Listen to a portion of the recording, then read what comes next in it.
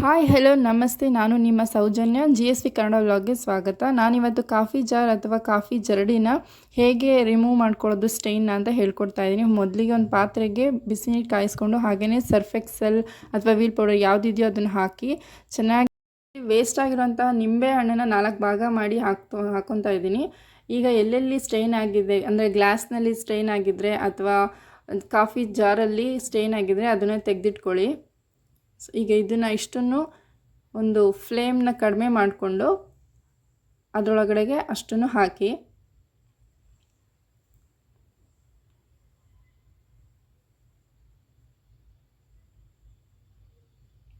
ಅದೆಲ್ಲ ಚೆನ್ನಾಗಿ ರಿಮೂವ್ ಆಗೋದಕ್ಕೆ ಒಂದು ಅರ್ಧ ಗಂಟೆ ಇದರಲ್ಲಿ ನೆನೆಸಿಡಿ. ಈಗ ಆಫ್ ಮಾಡ್ತಾ ಇದ್ದೀನಿ.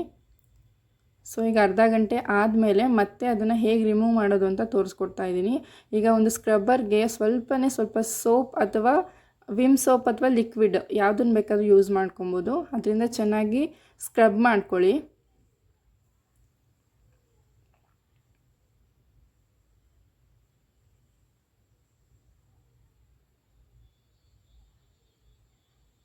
ಚೆನ್ನಾಗಿ ಸ್ಕ್ರಬ್ ಮಾಡ್ಕೊತಾ ಇರುವಾಗ ಅದರಲ್ಲಿರೋ ಸ್ಟೇನ್ ನಮ್ಮ ಕೈಗೆಲ್ಲ ಅಂಟ್ಕೊತಾ ಇರುತ್ತೆ. ಸೊ ಹಾಗಾಗಿ ಒಂದು ಸಲ ಅದನ್ನು ವಾಶ್ ಮಾಡಿಬಿಟ್ಟು ಒಂದು ಸಲ ನೋಡಿ ಎಲ್ಲೆಲ್ಲೆಲ್ಲ ಸ್ಟೇನ್ ಉಳ್ಕೊಂಡಿದೆ ಅಂತ.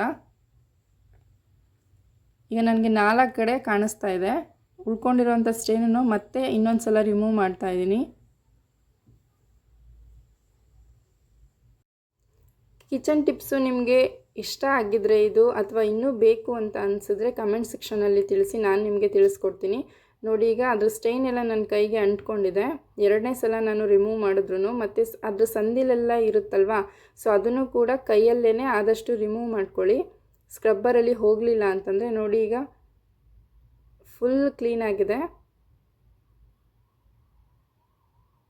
ಸೊ ಮಾಡಿರೋ ಮೆಥಡು ಇದಕ್ಕೆ ಯೂಸ್ ಆಗಿದೆ. ಸೊ ನೀವು ಕೂಡ ಟ್ರೈ ಮಾಡಿ.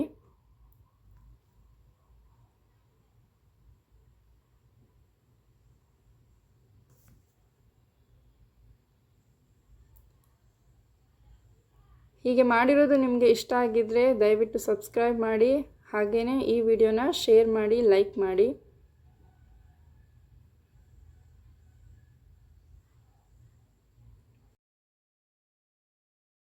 ನಾನು ಅದರೊಳಗಡೆ ನಿಂಬೆ ಹಣ್ಣು ಇದ್ವಲ್ಲ, ಸೊ ಅದನ್ನು ನಾನು ಈ ಗ್ಲಾಸ್ಗೆಲ್ಲ ಹಿಂಡ್ಕೋತಾ ಇದ್ದೀನಿ ಸ್ಟೈನ್ ಸ್ವಲ್ಪ ಹೋಗಲಿ ಅಂತ. ಈ ಮೆಥಡು ಕಾಫಿ ಜಾರ್ಗೆ ತುಂಬಾ ರಿಫ್ಲೆಕ್ಟ್ ಆಯಿತು ನನಗೆ. ಇದರಲ್ಲಿ ನಾವು ಟೂತ್ ಬ್ರಷಲ್ಲಿ ಚೆನ್ನಾಗಿ ಉಜ್ಕೊಂಡಿದ್ದೀನಿ, ಆದ್ರೂ ಕೂಡ ಅದರಲ್ಲಿ ಫುಲ್ ಹೋಗಲಿಲ್ಲ. ಯಾಕಂದರೆ ಕೆಳಗಡೆ ಇನ್ನೊಂದು ಸ್ವಲ್ಪ ಉಳ್ಕೊತು, ಬಟ್ ಅರ್ಧ ಹೋಗಿದೆ. ಬಟ್ ಇದು ನಿಮಗೆ ಸೂಟ್ ಆಗುತ್ತೆ ಅನಿಸಿದ್ರೆ ನೀವು ಕೂಡ ಟ್ರೈ ಮಾಡಿ.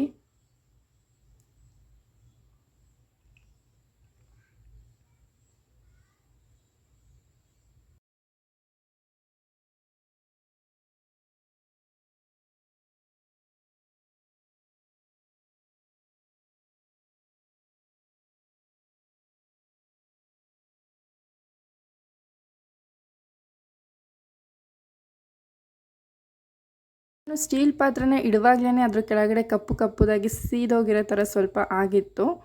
ಇದನ್ನು ನಾನು ಸರ್ಫ್ ಎಕ್ಸೆಲ್ಗೆ ಹಾಕ್ಕೊಂಡಿದ್ದರಿಂದ ಅದರಲ್ಲೇ ಸ್ಕ್ರಬ್ಬರಲ್ಲೇ ಸ್ವಲ್ಪ ಸೋಪ್ ಇದ್ದಿದ್ದರಿಂದ ಸೊ ಅದನ್ನೇ ನೀಟಾಗಿ ಅದನ್ನು ಸ್ಕ್ರಬ್ ಮಾಡಿಕೊಂಡೆ. ಅದು ನೀಟಾಗಿ ಸ್ಕ್ರಬ್ ಮಾಡಿದ್ರಿಂದ ಕ್ಲೀನಾಗಿ ಹೋಗಿದೆ, ಒಂಚೂರು ಕರೆ ಉಳ್ಕೊಂಡಿಲ್ಲ.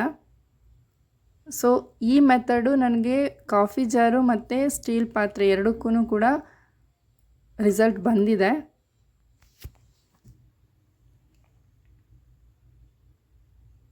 ಟೈಮು ನೀವು ಸಿಂಕ್ಗೆ 1 ಸ್ಪೂನ್ ಸೋಡಾ ಹಾಗೆಯೇ ಬಿಸಿನೀರನ್ನ ಹಾಕೋದ್ರಿಂದ ಇಲ್ಲಿ ಯಾವುದೇ ರೀತಿ ಜಿರಳೆಗಳು ಬರೋದಿಲ್ಲ, ಹಾಗೆಯೇ ಪೈಪ್ ಕೂಡ ಕ್ಲೀನಾಗಿರುತ್ತೆ, ಸ್ಮೆಲ್ಲು ಕೂಡ ಬರೋದಿಲ್ಲ.